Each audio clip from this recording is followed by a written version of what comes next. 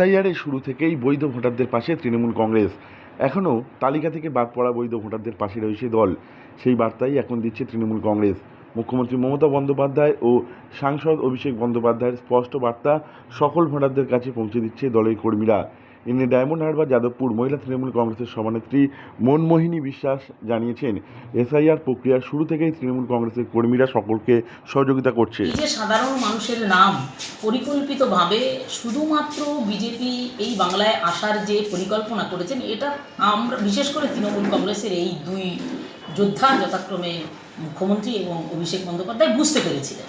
তারা তাই প্রথম থেকেই এসআইআরের বিরুদ্ধে কথা বলে এসেছেন এবং আমরা যারা এসআইআরের প্রথম ধাপে যথাযথভাবে এনুমেরেশন ফর্ম, যেটা সেই ফর্মটাকে আমরা যথাযথভাবে প্রত্যেকটা মানুষের ফিল আপ করে দিয়েছিলাম এবং পরপর ধাপে ধাপে মানুষের সঙ্গে থেকে তাদের ভোটটা যাতে, যারা বৈধ ভোট তাদের ভোটটা যাতে যথাযথভাবে থাকে সেই চেষ্টায় আমরা প্রথম থেকেই লিপ্ত। এই ট্রাইব্যুনালে পাঠিয়েছেন আমাদের মুখ্যমন্ত্রী মমতা বন্দ্যোপাধ্যায়, অভিষেক বন্দ্যোপাধ্যায় তাদের পাশে দাঁড়ানোর জন্য আমাদের নির্দেশ দিয়েছে। বললো যতই করো এসআইআর বাংলা কিন্তু মমতার, যতই করো এসআইআর সব ভোট মমতার, যতই করো এসআইআর কোর্টে কাটো না কেন ভোট, এই বাংলার মানুষ কিন্তু বেঁধেছে জোট মমতার সাথে। সেই জোট কোনোদিনও এই জোট ভাঙবে না।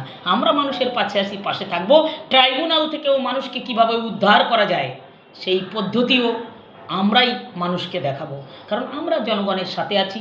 কারণ এই বাংলার ভোটার মমতা বন্দ্যোপাধ্যায়, অভিষেক বন্দ্যোপাধ্যায় তাদেরকে সম্মানিত করেছেন, বলেছেন হে আমার গণদেবতা এবং গণদেবী এবং দেবতা।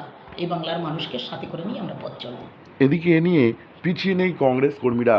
এ নিয়ে জেলার প্রাক্তন এমপি ও কংগ্রেস নেতা মনোরঞ্জন হালদার জানিয়েছেন, ব্যাপারটি গভীরভাবে পর্যবেক্ষণ করছেন তাঁরা। অনেকের সমস্ত কাগজ ঠিক আছে, তবুও বাদ পড়ছে।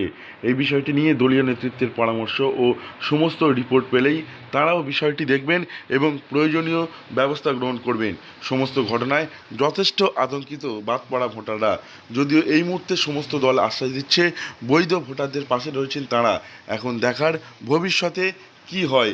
তৃণমূল কংগ্রেস এই বিষয়টি নিয়ে বুথ স্তর পর্যন্ত সমস্ত কিছু খুঁটিয়ে দেখছে। অবিলম্বে যারা যারা প্রকৃত ভোটার তারা কেউ যেন ভোট দান যত না থাকে তাদের যেন সুযোগ দেওয়া হয়, তাই জন্য ইলেকশন কমিশনকে বিশেষ করে নজর দেওয়ার জন্য বলেছেন। আমি কংগ্রেস কর্মী হিসেবে জেলা বিভিন্ন জায়গায় আগে সভাপতি ছিলাম বলে বিভিন্ন জায়গায় খোঁজ নিচ্ছেন আপনারা। সমস্ত রিপোর্ট আসার পরেই তারপরে আপনারা পরবর্তী যা করার করবেন।